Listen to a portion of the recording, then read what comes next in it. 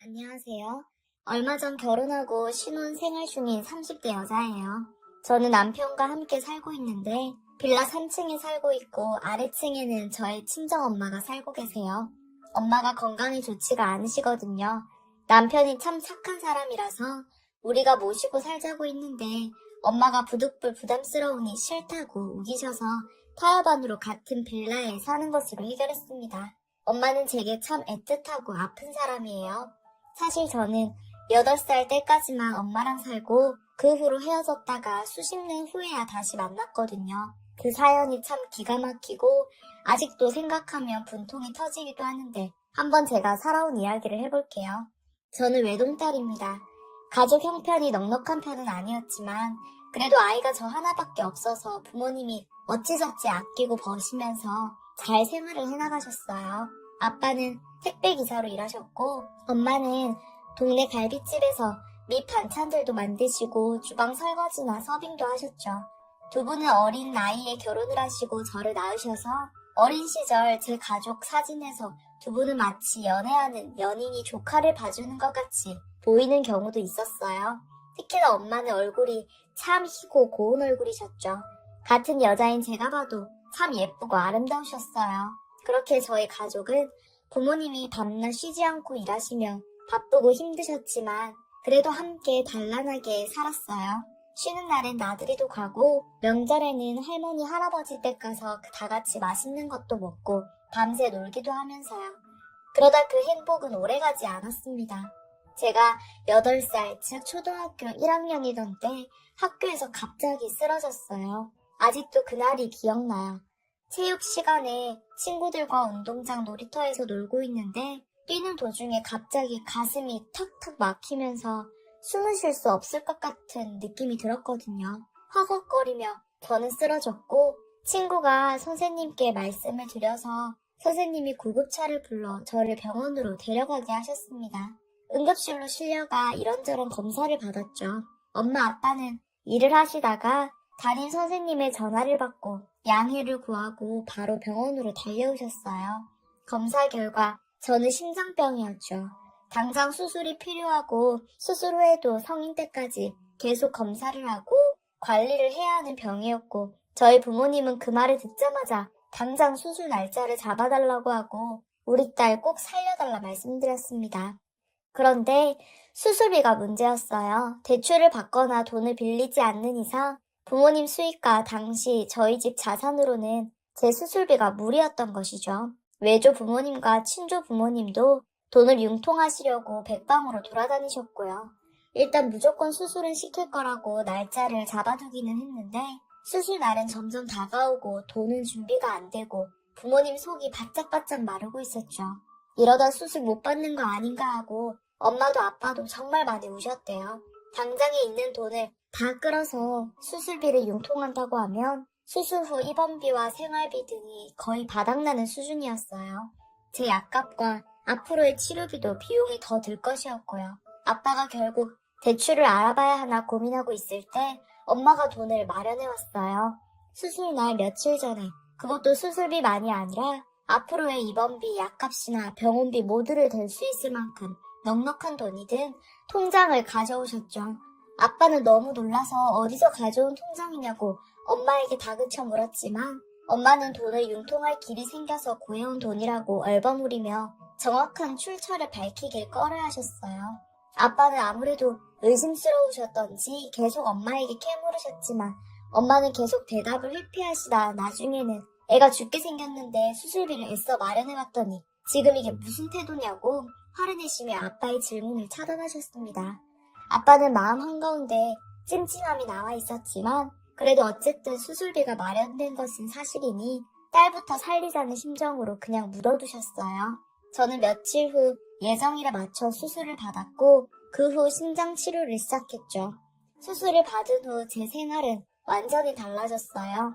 저는 학교 소풍은 당연하고 체육 시간에도 참여할 수 없었고 점심시간에는 약과 엄마가 따로 싸준 도시락을 먹어야 했죠. 그래도 친구들과 선생님들이 잘 배려를 해줘서 학교 생활이 어렵진 않았어요. 병원 다니는 것도 약 먹는 것도 귀찮고 번거롭고 때때로 느껴지는 가슴의 통증과 옷 갈아입을 때마다 보이는 수술 흉터 자국이 거슬리기는 했지만 그래도 저는 그 모든 일들을 잘 견뎌나갔습니다. 오히려 제가 견디지 못한 것은 엄마였어요. 태어나고 나서 한 3개월이 지났을 때였을까요? 겨울이 시작되던 무렵이었어요. 다시 학교에 나가기 시작한 지 좀 되었고 먹어야 하는 많은 약들도 다 차례를 외워갈 때였죠. 엄마는 집에 늦게 들어오는 날이 잦아졌어요. 심지어 아빠보다 늦게 들어오기도 하고 엄마가 집에 들어오는 소리가 들려 시간을 확인해보니 새벽 4시가 넘은 경우도 많았죠. 엄마에게 왜 이렇게 늦게 오냐고 물으면 엄마가 일을 많이 해야 해서 그렇다고만 했어요. 아빠도 엄마가 뭔가 이상하다고 생각하셨어요. 밤에 두 분이 언쟁하시는 소리가 자주 들렸죠. 아빠는 주로 애는 아픈데 애를 장모님한테 맡기고 어딜 그렇게 돌아다녀? 일한다는 핑계 대지 마. 내가 전화도 해봤어. 당신 일 저녁 9시면 마무리라면서. 사장이 애기 엄마 애가 아프다고 일찍 끝내줬다면서 어디 갔었어? 하고 물었어요. 엄마는 그럴 때마다 나도 내 사생활이 있어.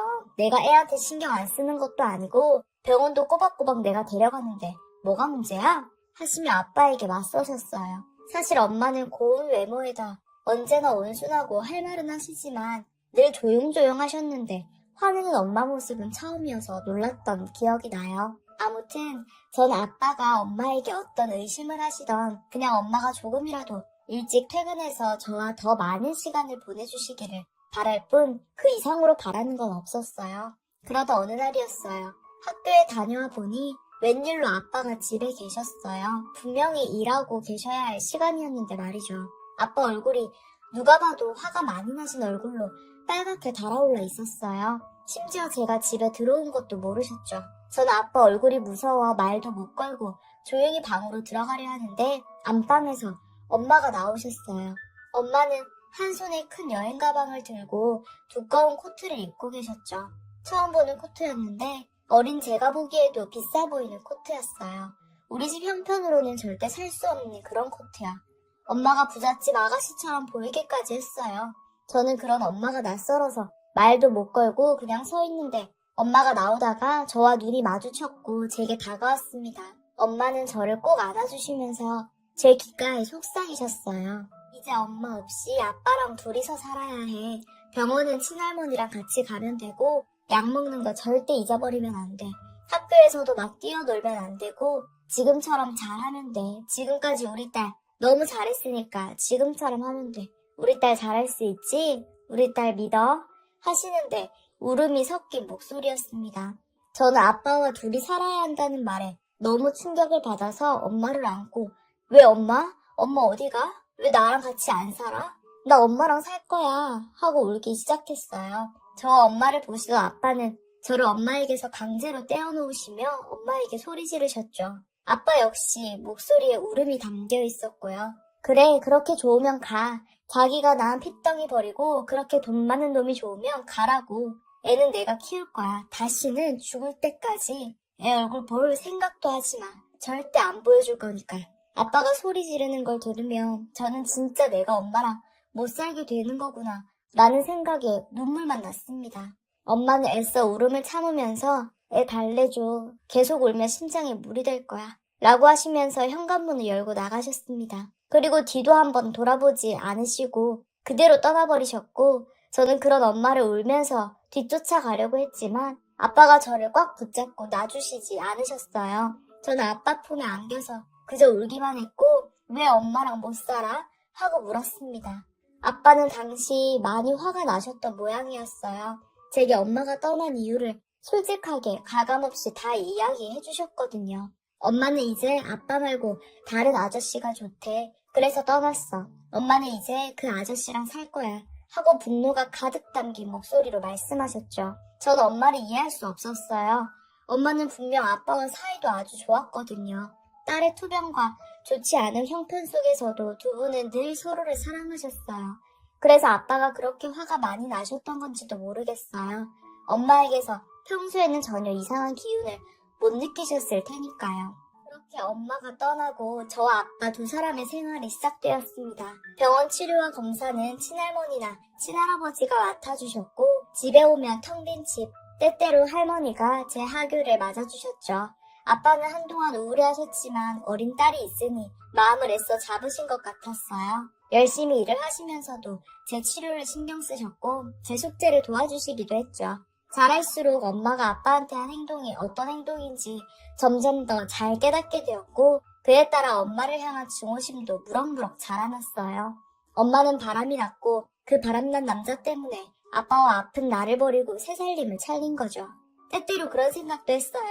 내가 아파서 나 아픈 것 뒤치다거리 하기는 싫어서 더 이상은 힘들게 일하면서 몸도 아픈 딸까지 건사하기 싫어서 그래서 날 떠난 거라고요. 그런 생각이 들면 이 모든 게 다 내 잘못인 것만 같아서 아빠에게 한없이 미안하고 죄스러웠어요. 물론 아빠는 늘 제게 한결같이 좋은 아빠로 최선을 다하는 아빠로 계셨지만 아빠를 볼 때마다 내가 너무 아파서 모든 게 잘못된 것 같아 속상하고 힘들었습니다. 그날 이후 엄마, 심지어 외조부모님과도 연락이 모두 끊겼고 소식 한 줄 듣지 못했어요. 엄마가 말 그대로 내 세상에서 아예 사라져버린 거죠. 저는 엄마를 향한 분노로 치료도 더 열심히 받고 공부도 열심히 했어요. 반드시 성공해서 아빠를 행복하게 해주고 싶었거든요. 그게 제 삶의 목표였어요. 열심히 공부해서 성적도 늘 좋았고 치료도 잘 받아서 고등학교 졸업 무렵엔 정상인들과 거의 비슷하게 생활할 수 있게 되었어요. 먹는 약도 줄었고 체력도 늘어났죠. 그리고 원하던 대학에도 합격했습니다. 대학에서도 늘 성적 장학금을 받을 정도로 공부를 열심히 했고 장학금들 덕에 첫 학기를 제외하고는 등록금 걱정도 별로 없이 무사히 졸업했어요. 졸업하고 나서 저는 전공대로 호텔에 취업했죠. 호텔리어가 늘 꿈이었거든요. 첫 월급을 타고 아빠를 비싼 레스토랑으로 모셔가 밥을 사드렸어요. 언제 커서 취직해서 아빠를 이런 비싼 곳에서 밥을 먹여주냐고 우시더군요. 저도 눈물이 났지만 애써 웃으면서 앞으로는 이런 데서 식사하는 게 질리도록 먹여줄 거야 하고 말씀드렸어요. 취직해서 열심히 일했고 열심히 돈을 모았습니다. 그리고 일하다가 지금의 제 남편을 만나 연애도 시작했죠. 연애한 지 3년 정도 되었을 때 청혼을 받고 결혼하기로 했어요. 결혼하겠다는 소식을 전했을 때 가장 기뻐한 건 아빠셨어요. 그리고 저는 그날 충격적인 소식을 들었습니다. 아빠가 사실은 말기암이야. 우리 딸 걱정할까 싶어서 말을 못했는데 이제 시집 간다니까 아빠 편하게 갈 수 있을 것 같아. 아빠의 말에 너무 놀라 당장 병원에 갔더니 이미 여기저기 전이 되어서 손 쓸 수가 없다고 했습니다. 왜 우리 아빠는 이렇게 힘들게만 사나 싶어 그날 아빠를 안고 많이 울었어요. 아빠는 괜찮다고 저를 달래주셨지만요. 결혼식에는 아빠 손을 잡고 들어가고 싶었는데 아빠는 안타깝게도 제가 결혼하기 5개월 전에 돌아가셨습니다. 장례식장에서 정말 많이 울었어요. 남편이 제 심장이 혹시나 잘못될까봐 24시간 내내 지키고 있었죠. 장례가 끝나고 남편은 아버님이 걱정하시지 않게 행복하게 잘 살자고 했고 저는 그 말에 마음을 추스리고 다시 결혼 준비를 시작했어요. 그러다가 드레스를 고르는 날이 왔죠. 드레스샵에 남편과 함께 가서 여러 드레스를 하나하나 보던 중이었는데 뒤쪽에서 고함이 들려오더군요. 돌아보니 어떤 아줌마가 소리를 지르고 있었습니다. 들어보니까 내가 똑바로 들고 있으라고 했지 가방도 제대로 못 들고 쓸모없는 것? 이라고 하더군요. 무슨 한유를 부리는 것 같아서 얼굴이 찌푸려졌습니다. 그리고 계속해서 폭언을 하는데 그 폭언을 듣는 자는 죄송합니다만 반복했어요. 들으니 그분도 꽤 나이가 있어 보였죠.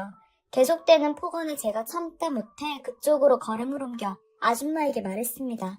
저기요, 너무하신 거 아니에요? 무슨 말을 그렇게 싸가지 없게 하세요? 하고요. 아니 새파란 게 어딜 어른한테 대들어? 신경 끄고 꺼져. 하길래 그쪽 집안 문제는 관심 없어요. 아줌마, 지금 여기 사람들이 죄다 시끄러워서 피해본다고요. 저기요, 이 아줌마 누군진 모르겠지만 그냥 나가세요.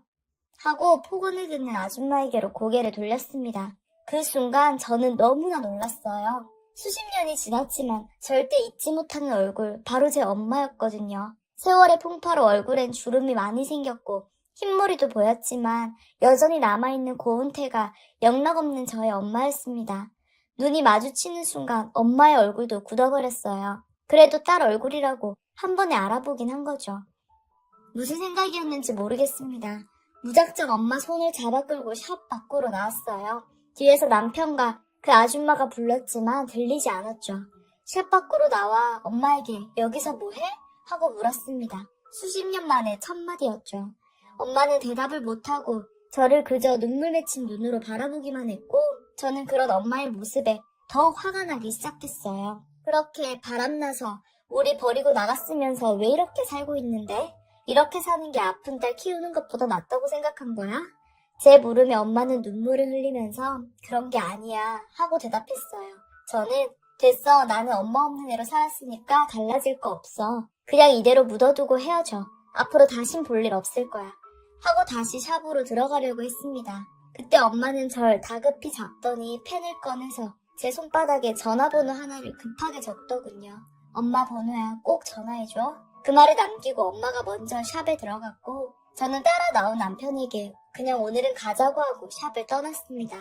남편에게 사실을 말하니 그래도 뭔가 사연이 있는 것 같은데 연락은 해보라고 하더군요. 몇 날 며칠을 고민하다가 전화를 걸었고 엄마는 어디로 와줄 수 있냐고 주소를 불러주었어요.